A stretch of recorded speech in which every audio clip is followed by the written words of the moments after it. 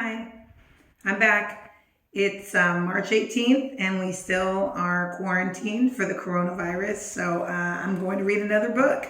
And since I read a book about St. Patrick's Day in Ireland yesterday, I'm going to read another one. But first, I do want to tell you that if you want to get on extra math, that you need my email, which is mtennis@paris.k12.ca.us to get on extra math. And if you need to get on the Google Classroom, you need your student number first, and then that same stuff. And then this is the classroom code. Starts with a 3 right there. That classroom code will get you into the Google Classroom. Okay, so hopefully you got that, kids.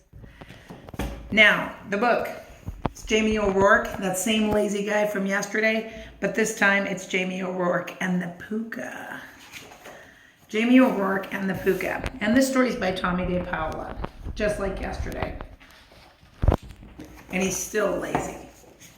Jamie O'Rourke, Eileen said, "Wake up. I've something to tell you." Jamie, who was the laziest man in all of Ireland, was sleeping in the warm sun outside their cottage. His wife gave him a shake. Wake up, for heaven's sake," Eileen said again. "I'm not sleeping," Jamie answered with a yawn. "Sure as I was just sitting here thinking."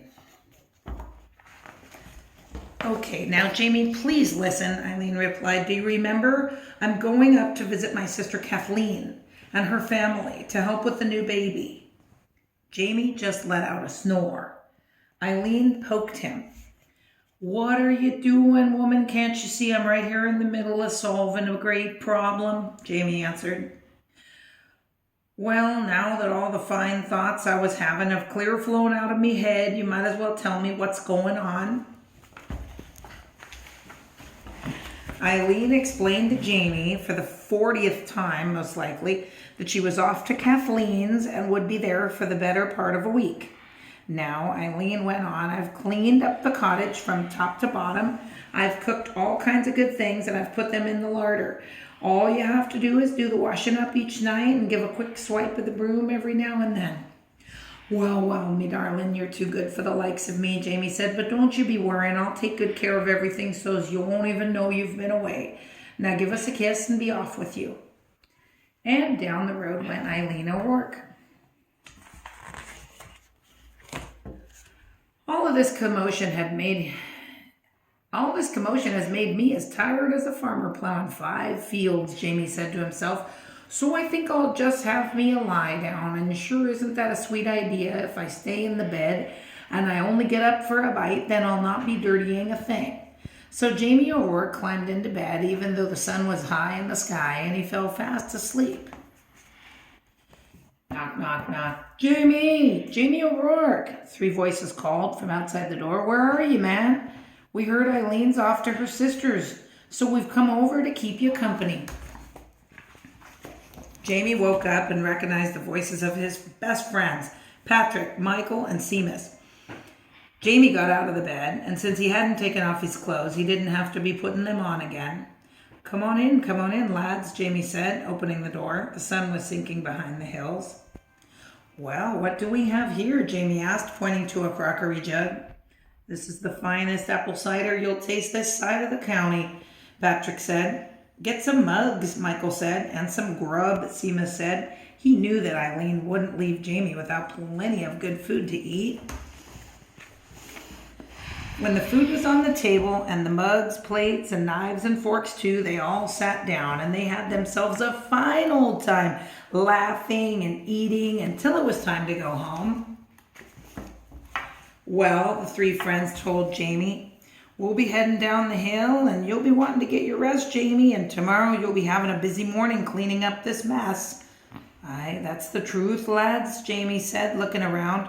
But the mere sight of the messy cottage made him the most tired man in all of Ireland, as well as the laziest. So instead of cleaning up, he went to bed. Jamie was fast asleep when the noise woke him up. It was the sound of the cottage door and the clatter of hooves on the stone floor. Jamie opened one eye and took a peek. And what a sight he saw! He couldn't tell if it was a man or a donkey standing there. Whatever it was, it had long ears and a tail. Saints preserve us, Jamie whispered. The creature said I may as well begin first as last, who was a Pooka. He stirred the fire, poured some water into a big pot, and put it on the fire. And as soon as the water was hot, the Pooka washed all the dishes, the mugs, the cutlery. He put the leftovers in the proper dishes and back in the larder. He swept the floor and he gave the fire a good raking. And then the Pooka left the house with such a slam of the door that Jamie nearly fell out of bed.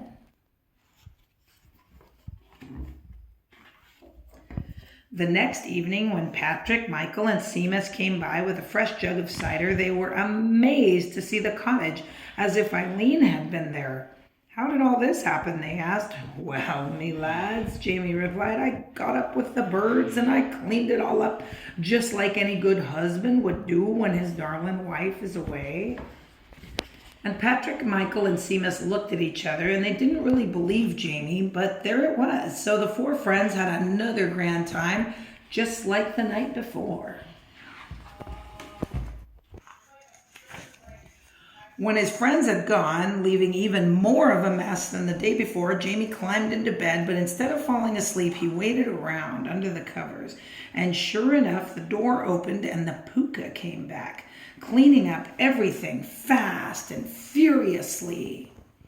This is luck indeed, Jamie said to himself. Why, with this creature coming and cleaning up, I could have me cronies here every night, that is, until Eileen comes back. And that is exactly what he did. Night after night, Jamie, Patrick, Michael, and Seamus had such a grand old time making a grand old mess. And every night the Pooka came and set everything back to right. And by the end of the week, Jamie was curious about this accommodating creature.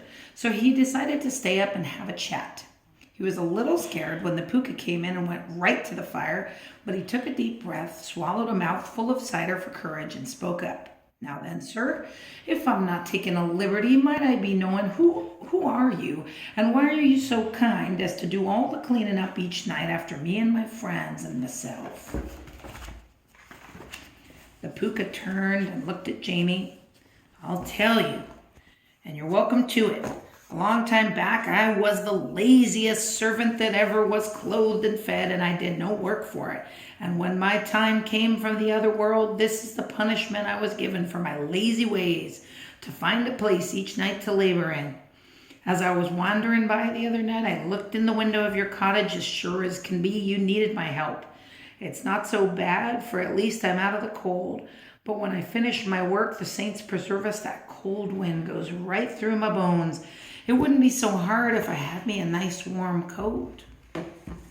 Well, Jamie thought, I could probably help the poor creature out. The next night, after his friends left, Jamie sat and waited for the Pooka. Eileen would be home tomorrow, but Jamie wasn't worried. He knew the Pooka would do an excellent job of cleaning up, especially when Jamie gave him that old coat that he had pulled out from his trunk. As soon as the Pooka came in, Jamie showed him the coat. He helped him into it and buttoned it up. The Pooka went to the mirror. The Pooka was most pleased with what he saw. I am much obliged to you, Jamie O'Rourke. You have made me happy at last. And now I'll be saying good night to you. And the Pooka turned to go. Wait, Jamie cried out. You're leaving too soon. What about all the washing up and the sweeping? Ah, the Pooka said, now it's your turn. My punishment was only to last until some kind creature like yourself liked the way I'd done my duty and rewarded me for it. Goodbye. You'll see no more of me. The Pooka left, and there was Jamie with the mess. Or should we say, Eileen. For when she arrived the next morning and looked around the cottage, she said, Oh, Jamie O'Rourke, what have you to say for yourself? But Jamie said nothing. He was too busy thinking he shouldn't have been in such a hurry to reward that ungrateful Pooka. And that's the end of the story. All right, so good night, and I'll leave another video tomorrow.